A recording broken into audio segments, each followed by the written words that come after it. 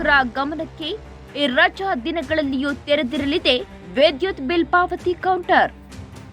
ಮೆಸ್ಕಾಂ ವಿದ್ಯುತ್ ಗ್ರಾಹಕರ ಅನುಕೂಲಕ್ಕಾಗಿ ಸಾರ್ವಜನಿಕ ರಜಾ ದಿನಗಳಲ್ಲಿಯೂ ಬಿಲ್ ಪಾವತಿ ಕೌಂಟರ್ ತೆರೆದಿರಲು ಕ್ರಮ ವಹಿಸಲಾಗಿದೆ.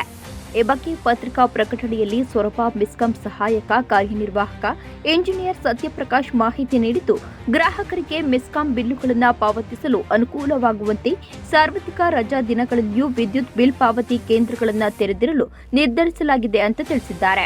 ಸಾರ್ವತ್ರಿಕ ರಜಾ ದಿನಗಳಾದಂತಹ ದಿನಾಂಕ 13/7/2024 ಎರಡನೇ ಶನಿವಾರ, ದಿನಾಂಕ 17/7/2024 ಮೊಹರಂ ಕೊನೆಯ ದಿನ, ದಿನಾಂಕ 27/7/2024 ನಾಲ್ಕನೇ ಶನಿವಾರ ಹಾಗೂ ದಿನಾಂಕ 28/7/2024 ಭಾನುವಾರದಂದು ಸೊರಬ ಉಪ ವಿಭಾಗ ವ್ಯಾಪ್ತಿಯಲ್ಲಿನ ಎಲ್ಲ ನಗದು ಕೌಂಟರ್ಗಳು ತೆರೆದಿರಲಾಗಿರುತ್ತದೆ ಎಂದು ಹೇಳಿದ್ದಾರೆ.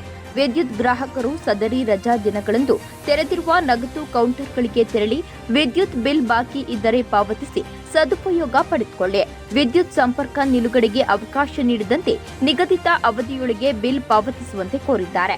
ಅಂದಹಾಗೆ ಕೇವಲ ಸೊರಬ ವ್ಯಾಪ್ತಿಯ ಮೆಸ್ಕಾಂ ವಿಭಾಗದಲ್ಲಿ ಮಾತ್ರ ಸಾರ್ವತ್ರಿಕ ರಜಾ ದಿನಗಳಲ್ಲಿಯೂ ವಿದ್ಯುತ್ ಬಿಲ್ ಪಾವತಿಗಾಗಿ ನಗದು ಕೌಂಟರ್ ತೆರೆದಿರುವುದರಲ್ಲದೆ ಮೆಸ್ಕಾಂ ವ್ಯಾಪ್ತಿಯ ಎಲ್ಲ ವಿಭಾಗದಲ್ಲೂ ಜುಲೈ 13, 17, 27 ಹಾಗೂ ಜುಲೈ 28ರಂದು ವಿದ್ಯುತ್ ಬಿಲ್ ಪಾವತಿಗೆ ಕೌಂಟರ್ ಅನ್ನು ತೆರೆದಿರಲಿದೆ.